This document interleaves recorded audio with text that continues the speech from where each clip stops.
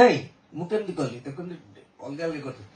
ଆପଣ ତାଙ୍କୁ 21 ଡିସେମ୍ବର ଏଇଠି ଛାଡିକି ଯାଇଥିଲେ ଆପଣ ତାଙ୍କୁ 21 ଡିସେମ୍ବର ଏଇଠି ଛାଡି ଯାଇଥିଲେ ଏଇଠି ଏଇଠି